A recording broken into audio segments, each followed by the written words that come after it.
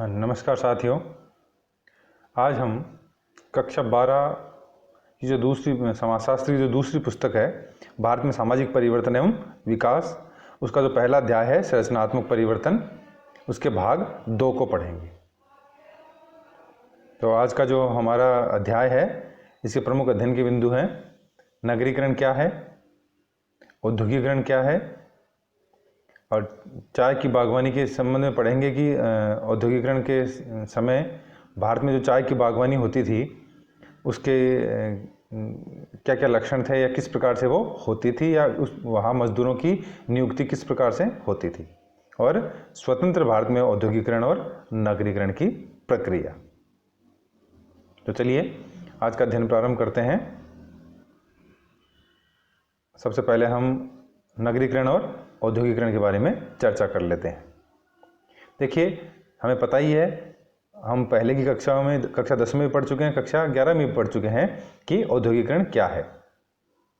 औद्योगिकरण का संबंध यांत्रिक उत्पादन के उदय से है, जो शक्ति के गैर मानवीय संसाधन जैसे वाष्प या विद्युत पर निर्भर होता है। मूलतः कहने की बात यही है कि औद्योगिकरण का अर्थ है कि जब उत्पादन है वो बड़े बड़े घरों से बाहर निकल के बड़े बड़े कल कारखानों में होने लग जाता है, या उत्पादन है वो विद्युत शक्ति के द्वारा या फिर गैर मानवीय शक्ति के द्वारा, जिसमें वाष्प है या विद्युत है, उसके द्वारा बड़े बड़े कल कारखानों में होने लग जाता है, तो उसे हम औद्योगिकरण की प्रक्रिया कहते हैं, या उसे हम औद्योगिकरण कहते हैं। देखिए, जो औद्योगिक समाज है उनमें ज़्यादा से ज़्यादा जो रोज़गार है, अधिक से अधिक जो रोज़गार है, वो लोग कारखानों में, ऑफिस में, दुकानों में कार्य करके करते हैं।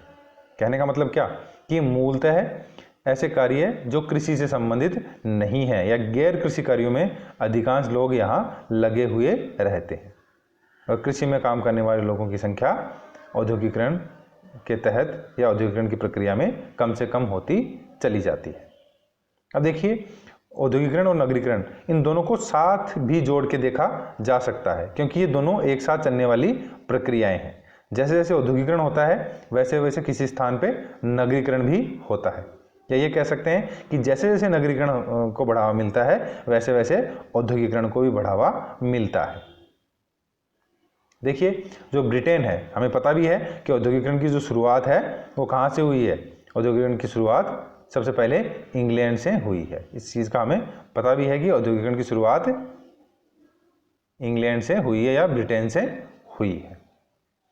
अब देखिए, जो ब्रिटेन है वो औद्योगिकरण से गुजरने वाला पहला समाज था, और सबसे पहले ग्रामीण से रूपांतरित होकर वो नगरीय देश बना है। तो इंग्लैंड है वो सबसे पहला देश है दुनिया का जहाँ औद्योगिकरण की शुरुआत हुई थी। हमें पता है कि स्टफिंग जेनी, सूत काटने की जो मशीन थी, उसके द्वारा कहते हैं कि वो पहला आविष्कार था औद्योगिकरण का। और जो ब्रिटेन है वो पहला ऐसा समाज है जो ग्रामीण से सबसे पहले नगरीय में परिवर्तित हुआ है, कन्वर्ट हुआ है।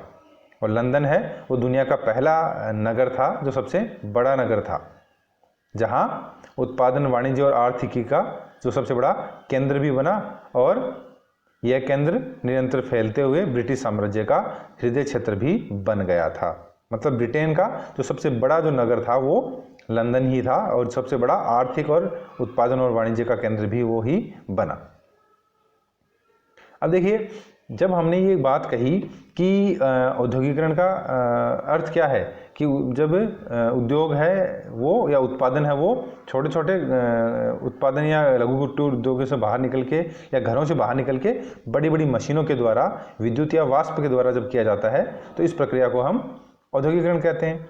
अब देखिए, जहाँ औद्योगिकरण का जो प्रभाव है वो ब्रिटिश या ब्रिटेन के अंदर तो सकारात्मक रहा। ब्रिटेन ने तो अपना ब्रिटेन में तो उत्पादन को बढ़ावा भी मिला, नए नए रोजगार भी उत्पन्न हुए, ब्रिटेन में तो नई नई चीज़ें भी उत्पादित हुई, और उत्पादन भी बहुत बड़ी मात्रा पे होने लगा। लेकिन जब हम भारत के संदर्भ में इसकी बात करते हैं तो यहाँ हमें इसका उल्टा देखने को मिलता है, यानी कि ब्रिटिश औद्योगिकरण का जो प्रभाव था वो भारत में उद्योगों को बढ़ावा नहीं मिलके भारत में उद्योगों का उसको नष्ट किया, उनका क्षरण किया, या जिसको डी इंडस्ट्रियलाइजेशन कह सकते हैं। एक तो होता है इंडस्ट्रियलाइजेशन मतलब औद्योगिकरण, और होता है डी इंडस्ट्रियलाइजेशन मतलब विऔद्योगिकरण, या फिर कह सकते हैं कि उद्योगों का वहाँ नुकसान हुआ, उद्योगों का वहाँ क्षरण हुआ। कहने का तात्पर्य यही है कि जहाँ ब्रिटेन में तो औद्योगिकरण की वजह से उद्योगों को बढ़ावा मिला, लेकिन भारत में वो उद्योगों को नुकसान हुआ और भारत में है वो उद्योग धीरे धीरे नष्ट होने लग गए। और इसी के साथ साथ भारत के जो कुछ पुराने और परंपरागत जो नगर थे उनका भी नाश हो गया और वो भी हाशिए के ऊपर चले गए। देखिए, जिस तरह ब्रिटेन में उत्पादन व निर्माण में चढ़ाव आया, उसके विपरीत भारत में गिरावट दर्ज की गई। देखिए, परंपरागत ढंग से होने वाला रेशम और कपास का उत्पादन और निर्यात मैनचेस्टर प्रतियोगिता में गिरता चला गया। मतलब जो ब्रिटेन का जो शहर है मैनचेस्टर, वहाँ कपड़ों की बहुत बड़ी बड़ी फैक्ट्रियाँ थी जो कि भारत से कच्ची कपास लेके जाते थे और अपने यहाँ निर्माण करके उसी कपड़े को फिर भारत में यहाँ बेचते थे। कपास भारत का निर्माण होता था मैनचेस्टर में, और वापस वो आके कहाँ बिकता था, औपनिवेशिक देशों में, जैसे भारत जैसे देशों में बिकता था। तो इसकी वजह से भारत के अंदर जो उत्पादन हो रहा था कपड़ों का, या वो इस मैनचेस्टर के अंदर जो मिलें लग रखी थी बड़ी बड़ी, जहाँ उत्पादन बहुत बड़े मात्रा में होता था, उनका वो मुकाबला नहीं कर सके। और इसका भारत में विपरीत प्रभाव हुआ कि भारत के जो उद्योग हैं वो धीरे धीरे नष्ट होते चले गए। भारत के जो प्राचीन नगर थे, जैसे सूरत है, मछलीपट्टनम है, जो व्यापार के बड़े केंद्र थे, अब उनका अस्तित्व भी कमज़ोर हो गया और वो भी अपना अस्तित्व खोने लग गए। उसकी जगह अंग्रेज़ों ने क्या किया, बम्बई को, मद्रास को या फिर कलकत्ता को, इनको अपना केंद्र बनाया और यहीं से उन्होंने जो कच्चा माल है वो इंग्लैंड भेजना प्रारंभ किया, और यहीं से वो इंग्लैंड से बना हुआ माल वो इन्हीं जहाज़ों के द्वारा इन्हीं क्षेत्रों से या इन्हीं नगरों से वो पूरे भारत में पहुंचा रहे थे, जिसकी वजह से बम्बई है, कलकत्ता है, मद्रास है, ये जो शहर हैं वो उपनिवेशिक शासन में प्रचलित हो गए और मजबूत हो गए। देखिए, जहाँ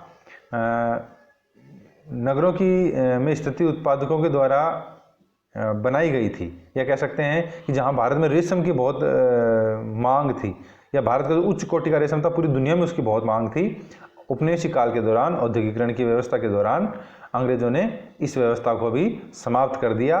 अब क्योंकि औद्योगिकरण की वजह से बहुत अच्छे या कह सकते हैं बहुत सस्ते उत्पादन बिकने लग गए, तो पूरी दुनिया में फिर उन चीज़ों की मांग बढ़ने लग गई और भारत की जो रेशम है उसकी मांग की भारी कमी हो गई। देखिए, ब्रिटेन में औद्योगिकरण के प्रभाव से ज़्यादातर लोग नगरों में आए या नगरों में आके बसने लग गए, क्योंकि रोजगार की तलाश में व्यक्ति कहाँ आएगा, जहाँ औद्योगिकरण होगा या जहाँ उत्पादन अधिक हो रहा होगा या जहाँ बड़ी बड़ी फैक्ट्रियाँ लगी होंगी, तो फैक्ट्रियाँ नगरों में ही लगती हैं। तो ब्रिटेन में तो क्या हुआ कि गाँव से लोग नगरों की ओर आने लग गए, इसकी वजह से नगरीकरण होने लग गया। हमने लंदन की बात की थी, तो लंदन में तो नगरीकरण की प्रक्रिया होने लग गई, लेकिन भारत में इसका उल्टा असर हुआ। भारत में लोगों को उद्योगों से वापस कृषि की ओर जाने को मजबूर होना पड़ा, क्योंकि भारत के जो उद्योग थे, जो लघु कुटीर उद्योग थे, वो इन बड़ी बड़ी जो कंपनियां थी या जो बड़े बड़े औद्योगिक उत्पादन थे उनका वो मुकाबला नहीं कर पाए, क्योंकि बड़ी मात्रा में उत्पादन होगा तो वो सस्ता पड़ेगा। कच्चा माल भारत का ही था, लेकिन उत्पादन वो बड़ी बड़ी फैक्ट्रियों में होता था और मशीनों के द्वारा होता था, इससे वहाँ उसके ऊपर लागत कम लगती थी और लागत कम लगने की वजह से वो सस्ता बिकता था। तो जो भारत के जो लघु कुटीर उद्योग थे या भारतीय जो उद्योग थे जो उत्पादन करते थे वो उसका मुकाबला नहीं कर पाए, इसलिए लोगों को मजबूरन अपने उद्योगों को बंद करके कृषि की ओर जाना पड़ा। क्यों? क्योंकि अंग्रेज भी यही चाहते थे कि अधिक से अधिक कृषि हो, अधिक से अधिक कच्चा माल उत्पादित हो और वो कच्चा माल जाके इंग्लैंड में जाके उसका विनिर्माण हो, ना कि भारत में उसका विनिर्माण हो। अब देखिए, ब्रिटिश साम्राज्य की अर्थव्यवस्था में नगरों की महत्वपूर्ण भूमिका थी। समुद्र तटीय नगर जैसे बम्बई है, कलकत्ता है, मद्रास है, जिनकी हमने ऊपर भी चर्चा की, ये जो बड़े आर्थिक केंद्र बन गए थे, जो कि कच्चे माल को इंग्लैंड पहुंचाते थे और जो इंग्लैंड से जो बना माल था उसको भारत लेके आने में और भारत के जो अन्य जो राज्य हैं या जो क्षेत्र हैं वहाँ तक पहुँचाने में ये एक मुख्य भूमिका निभाने लग गए, एक बीच का वो बड़ा केंद्र बन गए। देखिए औपनिवेशिक भारत में बम्बई को भी इसी प्रकार से सुनियोजित ढंग से विकसित किया गया। 1900 तक, सन 1900 तक भारत की 1/3 जो कपास है वो जहाज़ों के द्वारा यहीं से भेजी जाती थी। कलकत्ता से जूट या जो पटसन जिसको बोलते हैं वो निर्यात होता था, और चेन्नई से जो मसाले हैं या चीनी है या नील है या कहवा है उसको इंग्लैंड के या ब्रिटेन के यहाँ निर्यात किया जाता था। तो ये जो भारत के जो मछलीपट्टनम थे या जो पुराने जो सूरत जो बंदरगाह था वो तो हाशिए पे चला गया, और उसकी जगह जो बम्बई है, कलकत्ता और मद्रास है वो एक बड़े नगरों के रूप में या केंद्रों के रूप में स्थापित होने लग गए। चलिए कलकत्ता की बात कर लेते हैं। जब कलकत्ता की बात आई है तो एक जो बड़ा केंद्र था या औपनिवेशिक काल के दौरान जो एक तरीके से कह सकते हैं कि अंग्रेज़ों के लिए जो मुख्य जो नगर थे कलकत्ता, बम्बई, मद्रास, उसमें कलकत्ता का एक बहुत बड़ा योगदान रहा है या कलकत्ता एक महत्वपूर्ण शहर रहा है। देखिए औपनिवेशिक काल के दौरान कलकत्ता का विकास हुआ, और कलकत्ता ऐसा पहला नगर था जिसका औपनिवेशिक काल के दौरान उद्भव हुआ और उसका विकास हुआ। इसीलिए कलकत्ता को भारत का पूर्वी द्वार भी कहा जाता है। देखिए एक अंग्रेज था, एक अंग्रेजी व्यापारी था, उसने 1690 में, जिसका नाम था जॉब चारनाक ने क्या किया, 1690 में हुगली नदी है जो कलकत्ता है वो हुगली नदी के तट पे बसा हुआ है, तो वहाँ के जो 3 गांव थे कोलिकाता, गोविंदपुर और सुतानुती, इन तीनों को वहाँ के एक जो जमींदार था उससे उसको पट्टे पे ले लिया, और यहाँ उन्होंने अपने व्यापार के अड्डे बनाए। और 1698 में लगभग 8 साल बाद में जो अंग्रेज जो कंपनी थी उस कंपनी ने वहाँ फोर्ट विलियम की स्थापना की और अपने सैन्य बल को भी गठित किया, और उस फोर्ट के आसपास जो क्षेत्र था उसे मैदान कहते थे, जहाँ उन्होंने सैन्य बलों के डेरे डाल लिए थे, और इन सैन्य बलों के डेरों के साथ साथ धीरे धीरे फिर वो कलकत्ता नगर का रूप लेने लग गया, और वो ये जो क्षेत्र है वो नगर का केंद्र बिंदु बन गया। 1772 में वॉरेन हेस्टिंग्स ने ब्रिटिश शासकों की जो भारतीय राजधानी है वो कोलकाता को बना दिया, और 1912 तक कलकत्ता है वो अंग्रेजों की राजधानी बन के रही। चलिए आगे बात करते हैं चाय की बागवानी।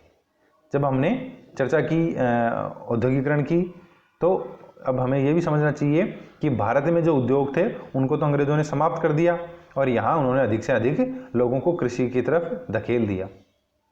और जब अंग्रेज हैं उनको जब वो पूर्वोत्तर भारत की तरफ गए तो उन्हें चाय है वो एक बड़ा ही कह सकते हैं कि पूरी दुनिया में जिसकी मांग थी ऐसा उनको एक पदार्थ मिल गया, या चाय है उनको एक ऐसा उत्पादन मिल गया जिसके द्वारा वो पूरी दुनिया में लाभ कमा सकते थे। तो अंग्रेज़ों ने यहाँ के जो बड़े बड़े खेत थे उनको पट्टे पे लिया, और यहाँ मजदूरों के द्वारा फिर वो चाय की बागवानी करवाने लग गए। अब देखिए चाय की जो बागवानी है उसमें जो अंग्रेज थे वो यहाँ के इन जो खेत थे उनके मालिक हो गए, और भारतीय लोग थे मजदूरी के रूप में यहाँ उनके काम करने लग गए। अब जो ब्रिटिश प्रशासक थे उनका एक ही ये चीज़ मानना था कि अगर चाय के बागानों में हमें फ़ायदा प्राप्त करना है, लाभ प्राप्त करना है, तो मजदूरों के साथ कड़े से कड़ा व्यवहार किया जाना चाहिए, या उनके साथ सख्ताई से पेश आना चाहिए, उनके साथ बलपूर्वक काम करवाया जाना चाहिए। देखिए अंग्रेज़ों की जो सरकार थी ब्रिटेन में वो बड़ी ही स्वतंत्रता की बात करती थी, बड़ी ही एकता की बात करती थी, बड़ी ही समानता की बात करती थी, वो बड़ी ही मानवता की बात करती थी, लेकिन भारतीयों के संदर्भ में उसकी ये नीति नहीं थी। भारतीयों को तो वो बलपूर्वक ही काम लेना चाहते थे, और यहाँ वो उसे केवल भारत को अपना एक उत्पादन का केंद्र बनाना चाहते थे कि यहाँ के लोग केवल उनको कच्चा माल है वो उत्पादित करके देते रहें। इसीलिए उन्होंने यहाँ सभी प्रकार के जो प्रजातांत्रिक जो नियम कायदे कानून थे उन सबको उन्होंने धराशायी कर दिया या उनको सबको एक तरफ कर दिया और केवल व केवल भारत को एक उत्पादन का केंद्र माना और जिसके ऊपर उन्होंने अधिक से अधिक सख्ताई के द्वारा अधिक से अधिक क्या कह सकते हैं कि बलपूर्वक जो कानून थे वो थोप के अधिक से अधिक उत्पादन करना यहाँ उनकी एक ही मंशा थी। बस यही मंशा थी कि अधिक से अधिक उत्पादन किया जाए। देखिए 1851 में भारत में चाय उद्योगों की भारत में शुरुआत हुई और ज़्यादातर जो चाय के जो बागान थे वो असम में थे। देखिए सन 1903 तक 4,79,000 जो स्थायी और 93,000 अस्थायी लोग थे वो यहाँ चाय के इन बागानों में काम करते थे। क्योंकि असम की जो जनसंख्या थी वो सघन नहीं थी, मतलब अधिक लोग आसाम में नहीं रहते थे क्योंकि वहाँ खुली जो खेत थे या चाय के खेत थे वो ज़्यादा थे और पहाड़ी क्षेत्र था। इसलिए दूसरे प्रांतों के जो मजदूर थे वो यहाँ श्रमिकों के रूप में लाए गए। दूर दराज के जो लोग थे उनको एक तरीके से कह सकते हैं उनके साथ यहाँ कॉन्टेक्ट करके ठेकेदार, यहाँ क्या अंग्रेज क्या करते थे कि ठेकेदारों को ये काम दे देते थे कि भाई तुम्हें कमीशन मिलेगा, तुम बाहर से जो मजदूर है वो यहाँ यहाँ हमारे लिए काम करने के लिए लेके आओ। तो जो ठेकेदार थे वो मन चाहे जैसे ही लोगों से ज़बरदस्ती या मन चाहे जैसे लोगों से एफिडेविट भरवा के या उनसे अनुबंध करके यहाँ मजदूरों को लेके आते थे। अब देखिए यहाँ असम में ठंड ज़्यादा होती है और जो आसपास के क्षेत्र थे वहाँ इतनी ठंड नहीं होती, मतलब यहाँ का जो मौसम है वो ज़्यादा हार्ड मेहनत करने के प्रतिकूल अनुकूल नहीं है। तो जो बाहर के जो लोग आते थे वो यहाँ के बीमार हो जाते थे, उनको बुखार हो जाता था और इलाज में उनका अधिक खर्चा होता था। लेकिन जो चाय के बागान के जो मालिक थे या जो अंग्रेज थे या जो ठेकेदार थे वो उनका कोई भी खर्च वहन नहीं करते थे और सही तरीके से मजदूरों को लाना बड़ा खर्चीला होता था। इसलिए जो ब्रिटेन के जो शासक थे उन्होंने क्या किया, सरकारी ताकत का सहारा लिया और ठेकेदारों की नियुक्ति कर दी और ठेकेदार ही फिर मजदूरों की भर्ती करने लग गए। देखिए यहाँ जो ठेकेदार थे वो बंगाल के transport of native labours act 1863, 1865, 1870 और 1873 जिसमें समय समय पर संशोधन हो गया था उसके तहत ही काम करते और मजदूरों को प्रलोभन लालच देके भय के द्वारा बलपूर्वक वो आसाम लेके आते थे और यहाँ ज़बरदस्ती उन लोगों से चाय के बागों में काम करवाते थे। जबकि इसके विपरीत हालत थी किसकी, अंग्रेजों की जो यहाँ के मालिक थे, चाय के मालिक, उनकी बड़ी ही विपरीत स्थिति थी। जहाँ मजदूर वर्ग है गरीबी में, तंगहाली में, बीमारी में जीने को मजबूर था इन चाय के बागानों का, वहीं जो अंग्रेज थे वो बड़ी ही शान शौकत से, बड़ी ही विलासितापूर्ण जीवन व्यतीत करते थे। उनके घर की जो भी जितनी भी चीज़ें थी, वस्तुएं थी, वो सारी की सारी इंग्लैंड से मंगवाई जाती थी। पानी के जहाज़ों के द्वारा इंग्लैंड से खाने के पीने के जो सामान है, मेज है, टेबल है, सजावट का जो सामान है, नहाने धोने के लिए जो बड़े बड़े टब हैं, ये सब चीज़ें हैं वो इंग्लैंड से जहाज़ों के द्वारा भारत में लेके आई जाती थी। और वो लोग तो बड़ी ही शानो शौकत से अपना जीवन जी रहे थे। और अंग्रेज़ों ने क्या किया, यहाँ के जो लेबर लोग थे या मजदूर थे उनको भी एक विशेष ट्रेनिंग या कह सकते हैं कि प्रशिक्षण देके इस लायक बना दिया कि वो उनके रोज़मर्रा के जो काम है वो करें या एक नौकर के रूप में वो उनका कामों का निर्वहन अच्छे से करें। माली है, बावर्ची है, घरेलू काम काज करने के लिए जो नौकर है उनको बड़े ही वो सूट बूटेड रखते थे, अच्छी से उनको ड्रेस पहना के और अच्छी तरीके से उनको इंग्लिश बोलना सिखा दिया, अच्छी तरीके से उनको बैठना बोलना सिखा दिया। मतलब सेवा करने के लिए सारे जो अंग्रेजी नियम कायदे कानून थे वो यहाँ के मजदूरों को उन्होंने सिखाए। और इसी की वजह से जो वहाँ के अंग्रेज मालिक थे उनके मकान और जो बंगले थे वो तो बड़े आलीशान और चमकदार थे, लेकिन दूसरी तरफ जो भारतीय लोग थे जो मजदूरी के रूप में यहाँ काम कर रहे थे उनकी स्थिति बड़ी ही दयनीय थी। वो बड़ी ही तंगहाली में, गरीबी में और भूखमरी में अपना जीवन जी रहे थे। चलिए अब हम आगे बात करते हैं स्वतंत्र भारत में औद्योगिकीकरण। हमने औपनिवेशिक काल के दौरान औद्योगिकरण की बात की, हमने औपनिवेशिक काल के दौरान नगरीकरण की भी चर्चा की। अब बात करते हैं स्वतंत्र भारत में औद्योगिकरण। देखिए, भारत जब अंग्रेजों से आज़ाद हो गया तो हमारा एक मुख्य मुद्दा क्या था? हमारा मुख्य मुद्दा था आर्थिक असमानता या आर्थिक शोषण को कम करना, गरीबी को कम करना। क्योंकि अंग्रेजी शासन के दौरान अंग्रेजों ने भारत को बहुत लूटा था और उन्होंने बड़ा ही आर्थिक असमानता भारत के लोगों के साथ बरती थी। तो सरकार का पहला तरीका यही, उपाय यही था या पहला प्रयास यही था कि आर्थिक शोषण को कम किया जाए, लोगों में आर्थिक समानता लाई जाए और गरीबी को दूर किया जाए। और इसी के लिए सरकार ने क्या किया?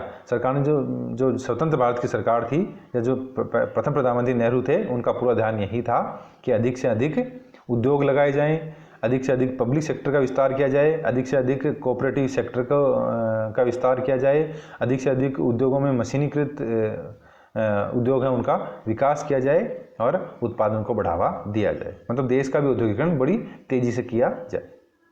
इसीलिए भारत में जो लौह इस्पात उद्योग है या जो बड़े बड़े बांध हैं या जो बड़े बड़े विद्युत शक्ति के केंद्र हैं या जो बड़े बड़े कह सकते हैं कि बांधों के ऊपर बिजली के जो प्लांट लगाना है, ये भारत का प्रमुख उद्देश्य था स्वतंत्रता के पश्चात।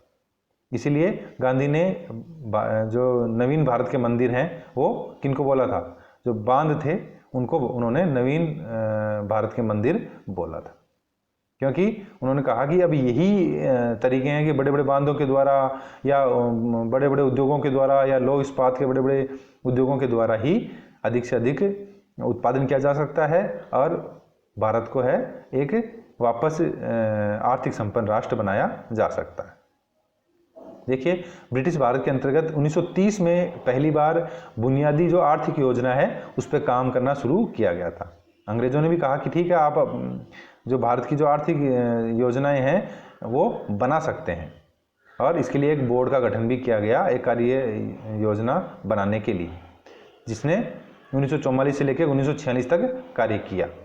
और उस समय के जो निजी उद्योगपति थे और शास्त्री थे, उन्होंने 1944 में 3 विकास की योजनाएं बनाई, लेकिन इसका कोई विशेष जो प्रभाव है वो भारत की आर्थिक योजनाओं पे नहीं पड़ा। अब देखिए, स्वतंत्रता के बाद भारत ने योजना बनाने का एक औपचारिक मॉडल अपनाया।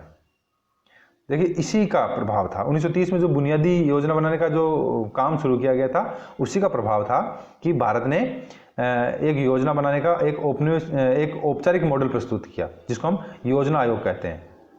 देखिए, अभी वर्तमान में योजना आयोग नहीं है, लेकिन स्वतंत्र भारत में सबसे पहले 1950 के लगभग 51 के लगभग योजना आयोग का गठन किया गया, और प्रधानमंत्री जो तत्कालीन प्रधानमंत्री थे नेहरू, उनके द्वारा उनकी अध्यक्षता में एक आयोग का गठन किया गया, जिसको हम योजना आयोग कहते हैं, कि जो कि भारत के विकास के लिए जो मूल योजनाएं बनानी हैं वो योजनाएं बनाने का काम उसने प्रारंभ किया।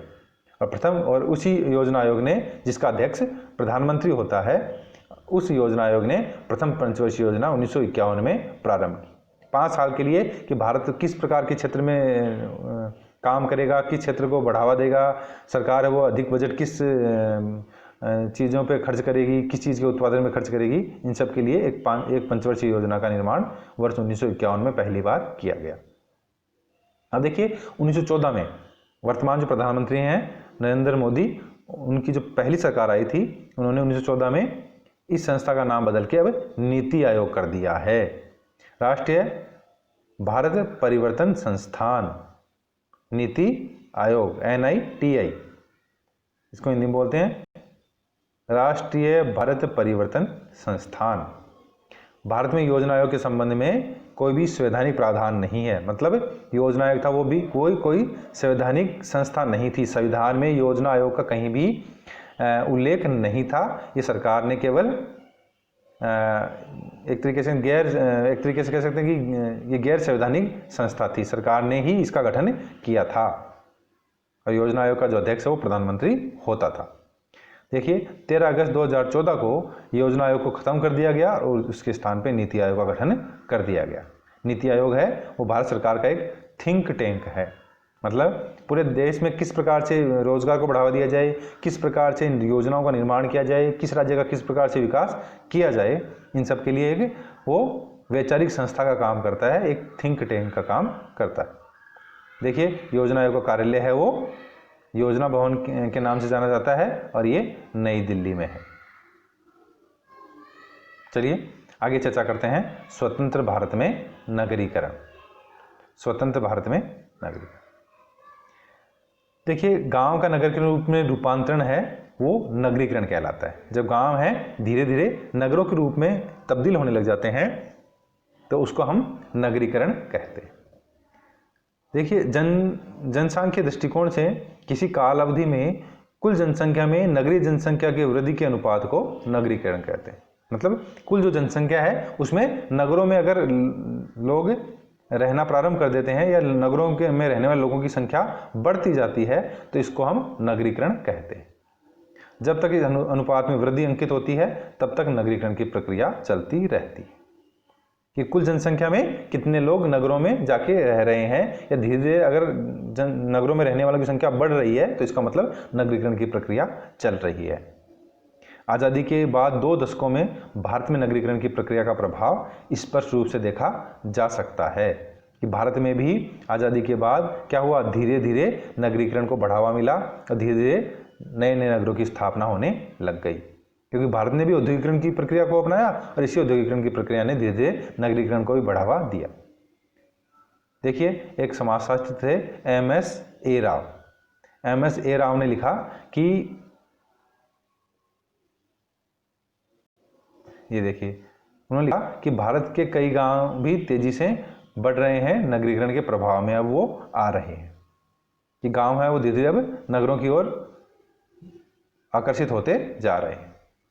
देखिए भारत में सामान्यतः 5000 से अधिक आबादी वाली जो क्षेत्र हैं उनको नगर की श्रेणी में शामिल किया जाता है कि किसी क्षेत्र की पॉपुलेशन अगर 5000 से अधिक है तो वो नगर की श्रेणी में आएगा। देखिए 1951 में भारत की जनसंख्या का 17.29% है वो क्या था, नगरीय जनसंख्या थी और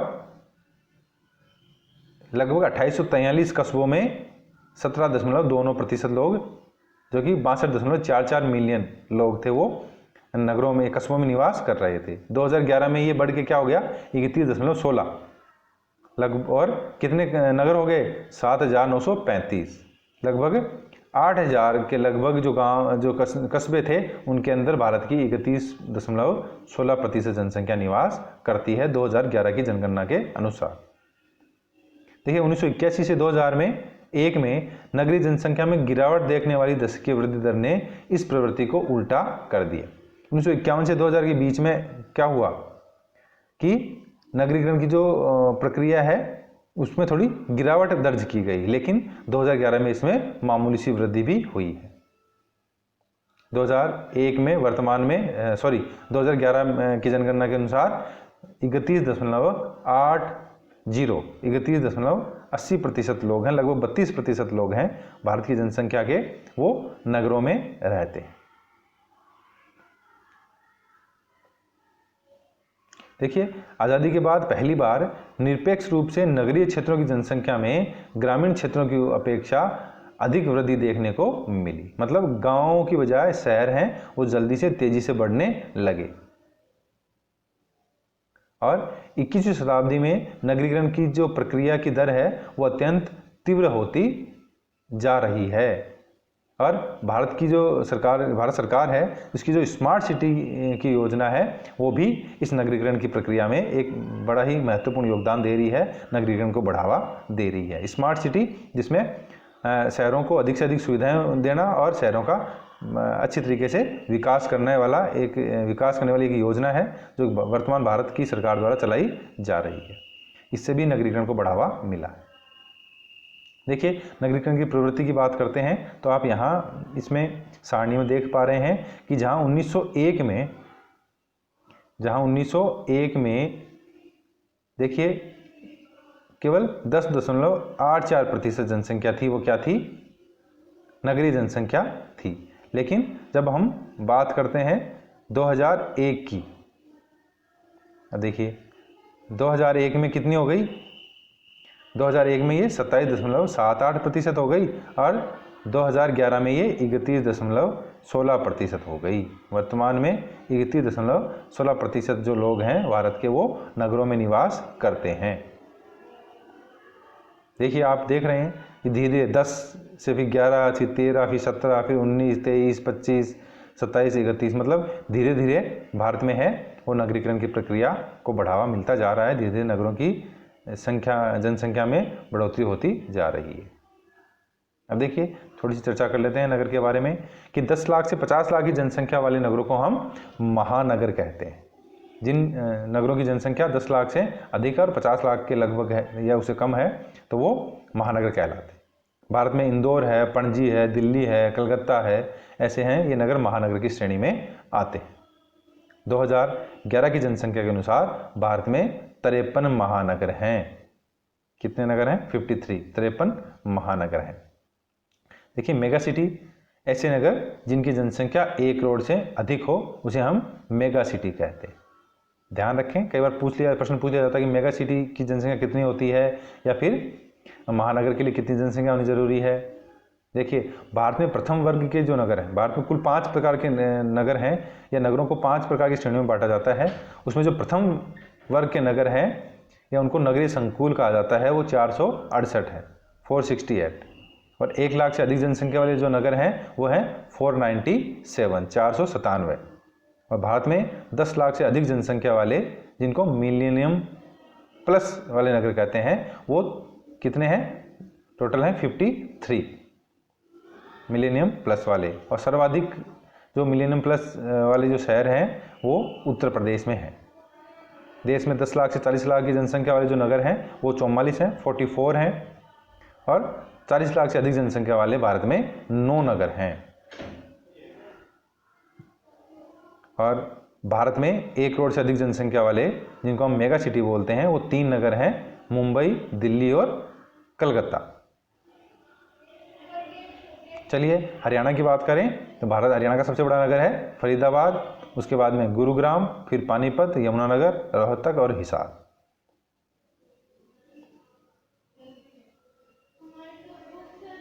चलिए आज की क्लास हम यहीं समाप्त करते हैं। बहुत बहुत धन्यवाद।